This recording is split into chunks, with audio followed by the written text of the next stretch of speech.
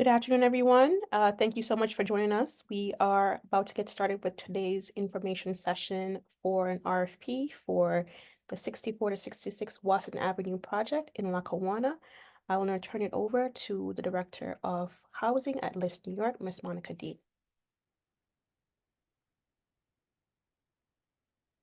So again, good afternoon, everyone, and thank you for that, Rhonda Lee. I just want to remind everyone that this session is being recorded.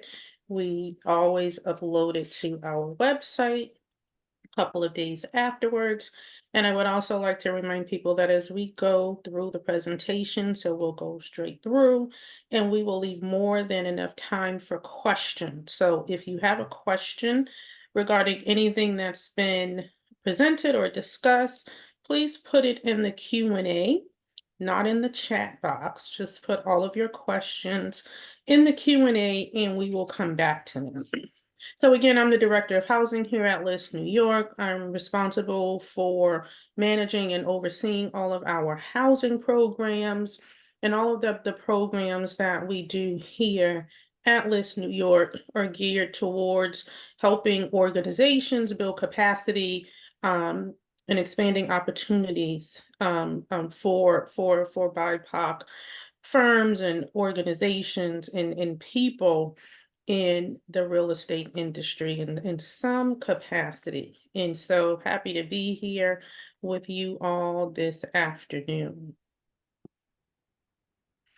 And so LISC, as I briefly mentioned, our goals, we work together with our residents, with our partners, again, to help create and support communities across New York State, so that the communities are creating these places where people live, work, and play, and can raise families and do business in the places that they call home. And so just for those of you who may not be as familiar with LISC, which is the Local Initiative Support Corporation, we are a national nonprofit community development financial institution that really supports communities across the country, and with a specific focus on underinvested communities, where we can help provide capital and strategies, and just the technical know-how to become better places where low and moderate income people can really thrive. And so LISC New York, our office is LISC flagship office. We were created in 1980, and over the past 40 years, we've supported many partner agencies and organizations through our programs, again, to help create more equitable, inclusive, and sustainable New York City and New York State. And so you will hear a little bit about one of the housing programs, which is what brings us here today, our NYLOP program, but all of the work that we do is focused around eradicating the racial inequities across the country. And so the goal of LISC New York's New York Land Opportunity Program, we actually started this program back in 2017. And so the program was designed to help faith-based organizations and mission-based organizations who own land and have an interest in developing affordable housing on the property that they own, but some lack the capacity to do development on their own.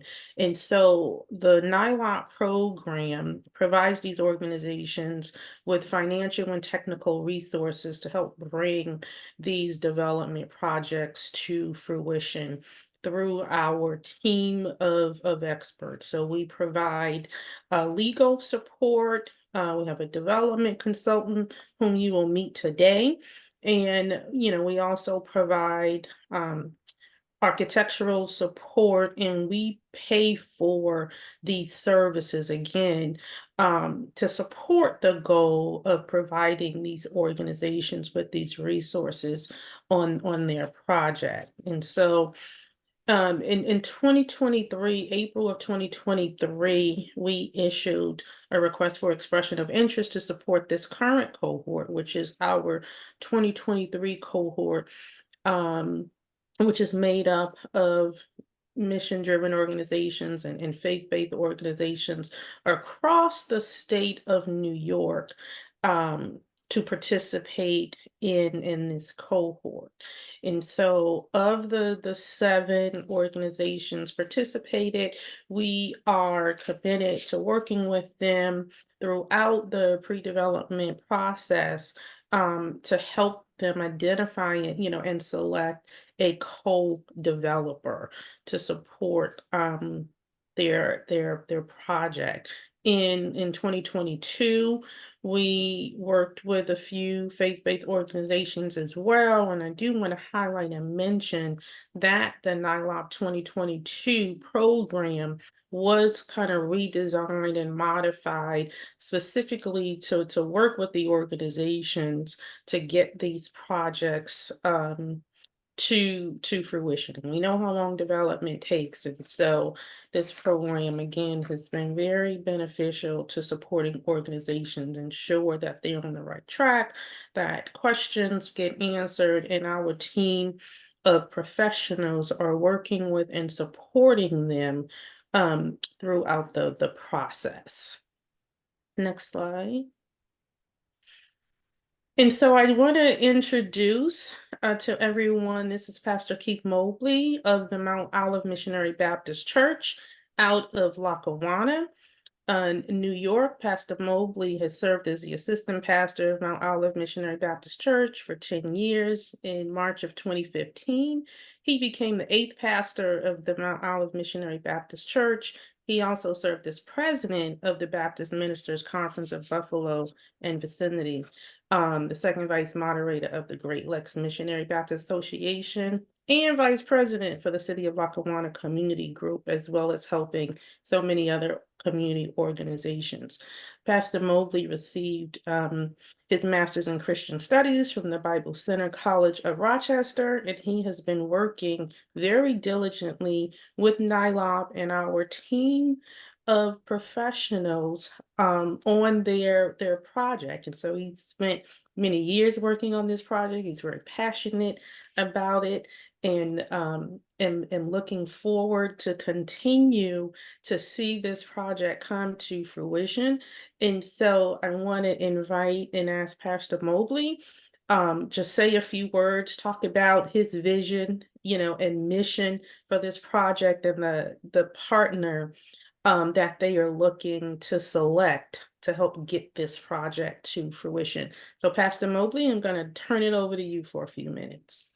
Thank you, Monica. I certainly appreciate it, to all that are here, and to the team at LISC and NYLOP. This project that we're endeavoring to accomplish here in the city of Lackawanna is a project that is so desperately needed. We're a community that is very diverse and have many disparities. There is no boys and girls clubs. There are no extracurricular activities such as that you will find in many other communities. We do not have a grocery store in the city of Lackawanna. The city is composed of about 16,000 residents, and we're very diverse in this community. Our church that I am so fortunate to pastor is a community church, and a lot of things that are missing in the church, our church has taken the lead to try to bring those situations or those projects within the church, such as we have an after-school program that we operate here in the church. We have a food pantry that we offer food for residents in the community. We give out Thanksgiving feasts, Christmas feasts, just things of such of that nature. So when this was placed on our heart to do when we purchased the land around our church, our vision was to develop a place that is safe for our community. Our housing situation, we have public housing here in the city, has not been updated since the early 80s. It's very outdated. It makes it difficult for many of our seniors and families alike to navigate their housing situation. So what our endeavor is to do is to bring in a facility that will house seniors and have a place for our families alike to grow and to develop. Many of our families are working families, single parents' homes, don't have access to daycare. So what we want to do encompass on this project was to bring in a standalone daycare center to provide a safe place for families to bring their children while they're at work and do those things. And then also a community space where we can, as a community, can come together and engage in those activities that are so needed for our community. The building that we're proposing is a use building comprised of residential and commercial space. It's a 30,000 square foot standalone building. There's a daycare, which is also a standalone building itself, and then also the community space that is a standalone building. These are three different buildings that were situated on the property that we currently own. We have so much work that we put into this project, and we're looking for a developer who has a passion for people and passion for community. And we're certainly looking forward to working with those who have interest in this project. I think it's a tremendous project, and we have so many things that we are certainly excited about. The interest that we have gotten from our our government officials, our local mayor, and all those entities that are alike who are invested in this project, not only in word, but also in money. And we know that it takes money to do things of such of this nature. And we're certainly engaged and interested in working with those developers who are interested in the project such as this. It is a tremendous project. And as you know, Buffalo is on the move. Lackawanna is situated right near the waterfront, and there's been great development on the waterfront. And Lackawanna is a key place to have these developments done. And we're looking forward to doing a great thing here in the city of Lackawanna. Great, thank you, Pastor Mobley, for that. I would now like to introduce LISC New York's development consultant, Mr. Jimmy Miller, and Jimmy will walk us through the next few slides, just talking about the purpose of the RFP, and he will definitely probably answer some of the questions that some of you may have already. But again, I am so happy, we're all happy and delighted here at LISC New York to be able to continue to work with Jimmy Miller and his team at Sincere Consulting. Jimmy has been working with LISC New York for several years now on its NYLOP program. And, Jimmy has been in this space, has been doing this work for many years now, and I will leave it at that. And, while he does have, he likes to call it a small powerhouse firm, but they do mighty work. They do a lot of great work. And again, it's a joy working with him. And as you see here, Jimmy has in his experience, worked with the governor of New York's office, the deputy general manager for NYCHA, and the president of the New York Housing Trust Fund Corporation. And so he has been, in this thing that we call development, working and supporting on over 11,000 units of housing. As you see here, $2.5 billion and growing, because I'm pretty sure that does not including his work in units in the past few years. But I am happy to share the time with Jimmy, and I am going to send it over to you, Jimmy, so you can walk us through the RFP, the process, expectations, and take us through the remaining part of this presentation before we get to questions. Thank you for those kind words, Ms. Dean.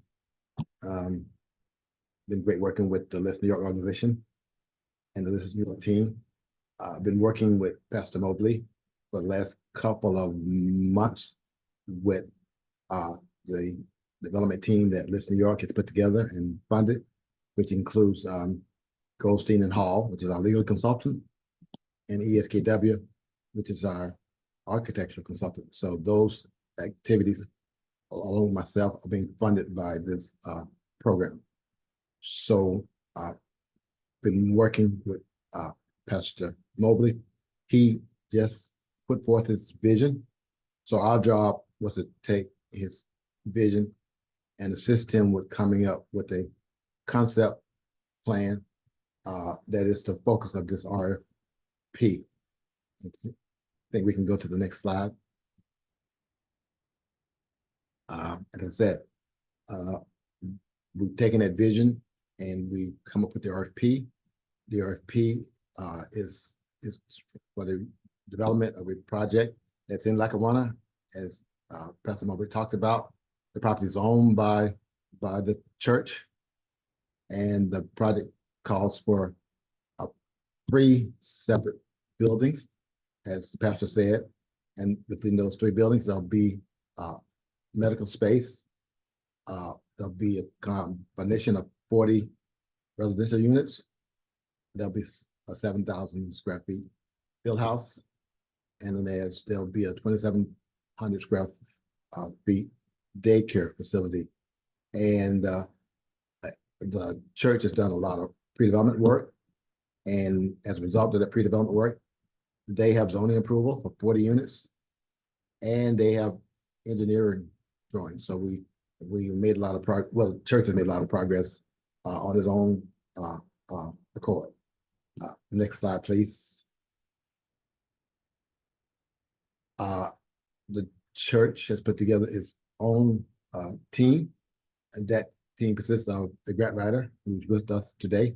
They have an architect, Palmasino Architects. And I said, they have a council. And again, normally at this point in the process, we would be a conceptual design stage. Because of the great work that Pastor Mobley and his team have done, we're at the 80% construction document stage. So this is a project that has made tremendous progress. So again, the role of the purpose of the RFP is to select a co-developer to partner with the church. And we expect that co-developer to have the financial capabilities to bring this project to fruition, to make all the customary guarantees that a developer normally makes, to hire and manage the development team in conjunction with the church, because as we just said, the church does have its own development team members already in place. Partner for funding. The church has also made progress in that realm as well. Anticipate probably putting in a LIHTC application in the spring. And something that's very important to all of us and important to LISC New York as well is their focus on aiding marginalized communities and marginalized persons. And that gives way to us making sure that whomever is the co-developer shares our vision of helping BIPOC and MBEs and WB organizations to the greatest extent possible. Next slide, please. Continuing on with the scope of work, we talked about the financing, which is very important. Obtaining the equity investment. We talked about, again, a LIHTC project, so we will need a equity investor. We also need a lender, and also assist us and our team and the church with developing an ownership structure to bring this project to fruition. Next slide, please. In the RFP, there is several sections. One of the sections contains the evaluation criteria. Obviously, we're looking for a co-developer. We said that you need to have completed over the last 10 years at least 2 projects of comparable size and scope. Your team members need to have relevant experience. We ask for your business terms. Those business terms are important. The business terms will cover the share of developer fees that you're willing to share with the church, the share of cash flow, the care of residual values, and the methodology that you will use to carry out this development, and the timeliness of your methodology. And again, we'll be looking at your 2 years of your audit the statements to make sure you have the financial capacity to bring this project to fruition. And also your prior experience working with MBE, WB, and BIPOP organizations and individuals, and the plan that you put together in response to this RFP. So that is the evaluation criteria that we will use to select the most capable respondent. Next slide. The timeline. I think the most important timeline is the deadline for question is 26th of February. And we will respond to your questions within a week. And most important of all, the date that your responses are due is March 11th at 3 p.m. And there'll be no exceptions to that deadline. Next slide, please. I'll turn this back over to Ms. Dean now.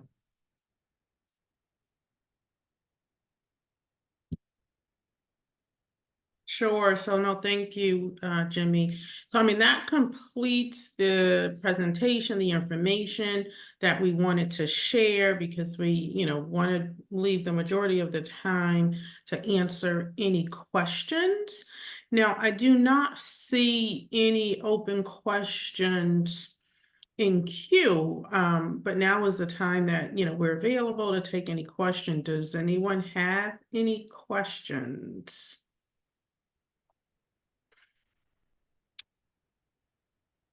Wilfredo is saying, do we have a site map? Yes, Wilfredo, the site map is included in the RFP.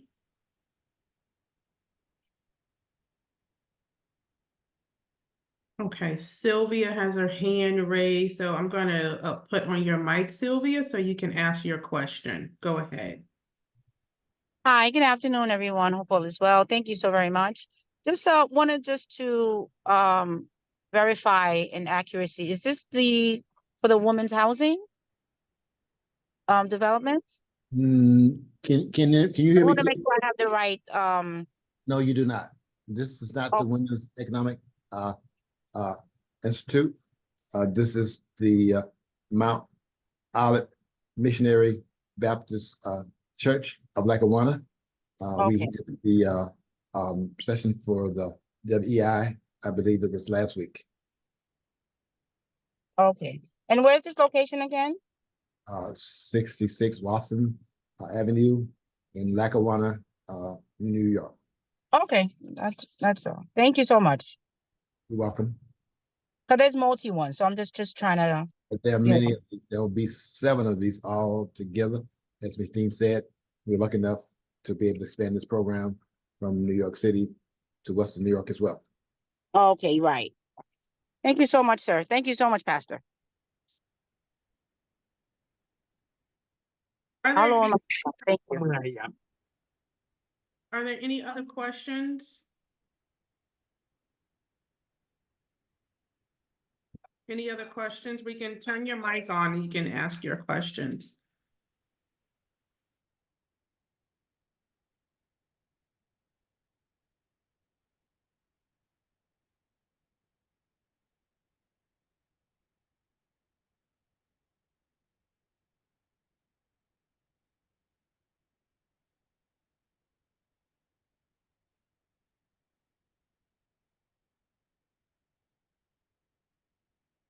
All right, okay, Wilfredo, we're coming to you.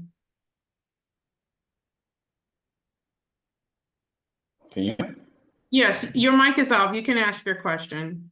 So I wanted to find out for the component of the residential part for the senior housing, does it have to be also to include seniors that might have foster or grandkids living with them, or is just senior by themselves?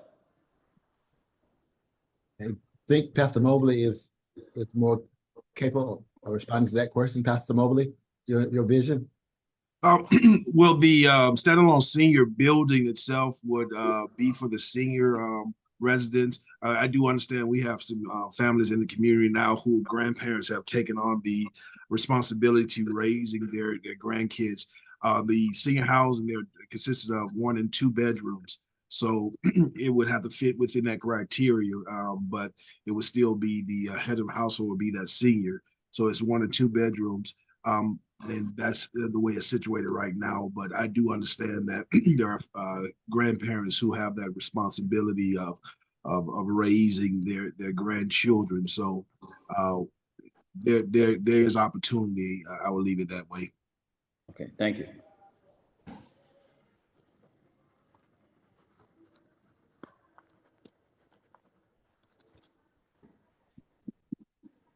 Are there any other questions?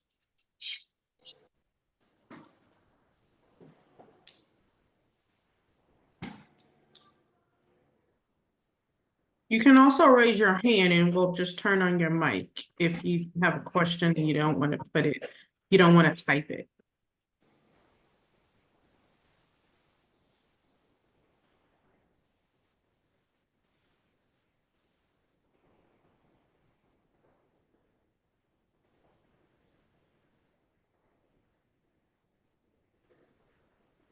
So Rondella, you want to go back to the timeline page?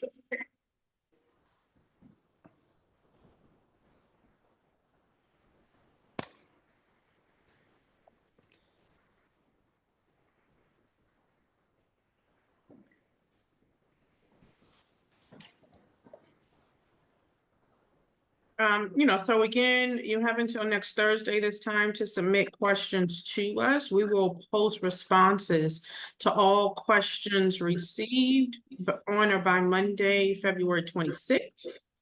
And again, all this information is already up on the LISC New York's website under affordable housing, and then just click on NYLOP, New York Land Opportunity Program.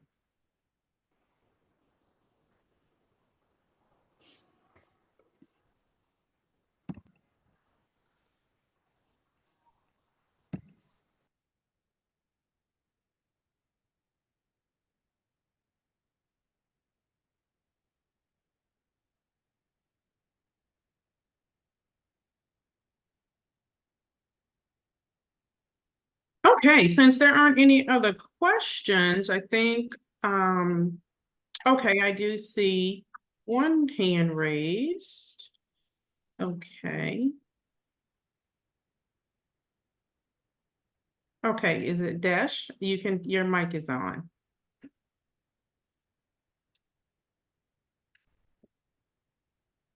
Dash, you can talk, your mic is on.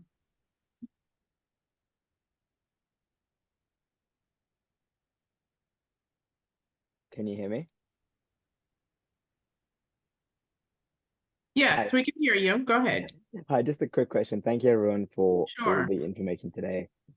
Pastor Mobley, Jimmy, and I was wondering about the financial capacity you mentioned that we're looking to, you need help raising equity as well as debt. Are there any restrictions on where that can come from? So I'm working as a developer, and I work directly for a principal developer. We'd be quite interested in projects like, so are there any restrictions on when the sources of capital can come from, like conventional bank financing or other sources of debt financing as well? Is there any restrictions?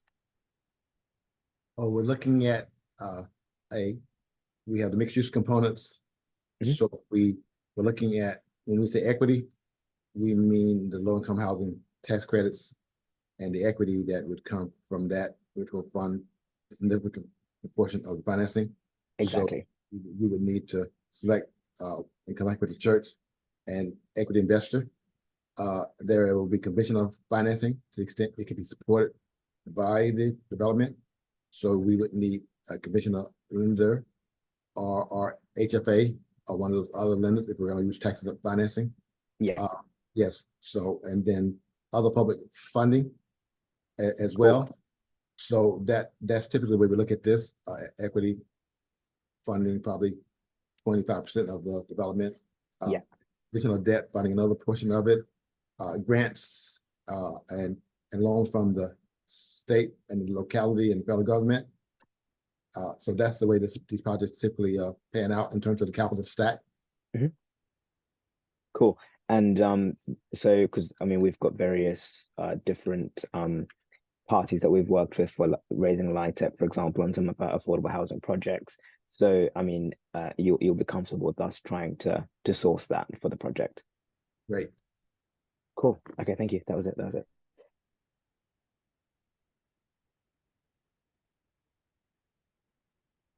Thank you, guys.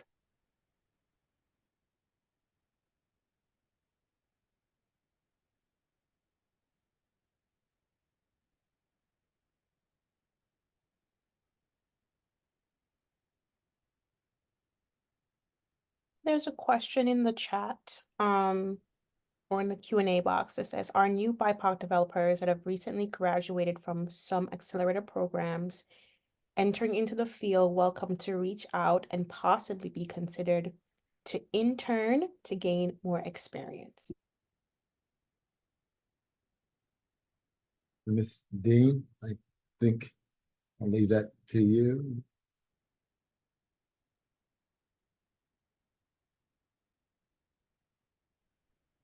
So, yeah, we don't currently have an internship program per se. You know, the Developers of Color Training Program, I mean, we do have a set of criteria for contractors, you know, as well as the developers. I think there's a couple of the like accelerator programs that I can think of that I might be able to refer.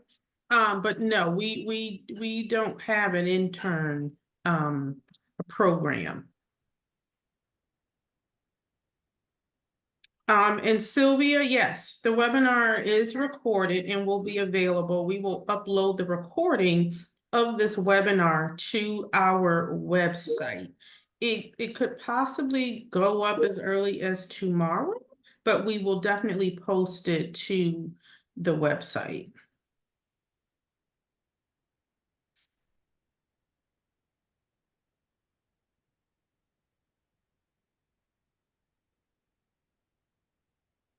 Any other questions?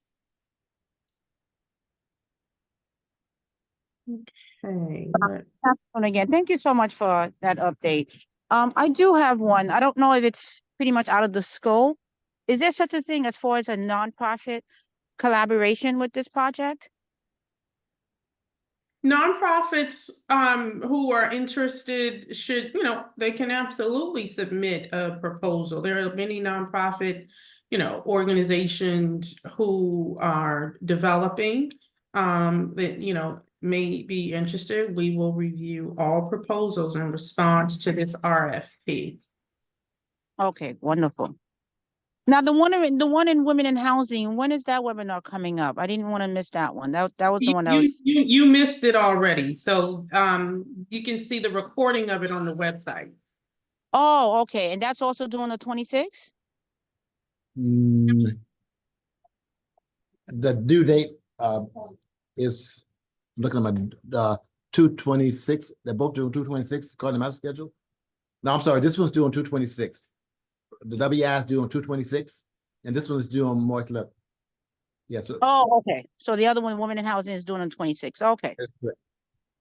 Okay, great. Thank you. Thank you. All my questions been answered. Thank you.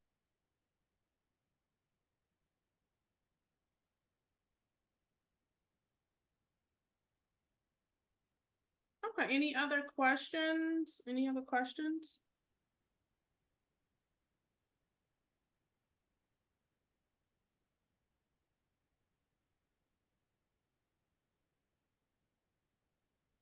Okay, I don't see or hear any questions.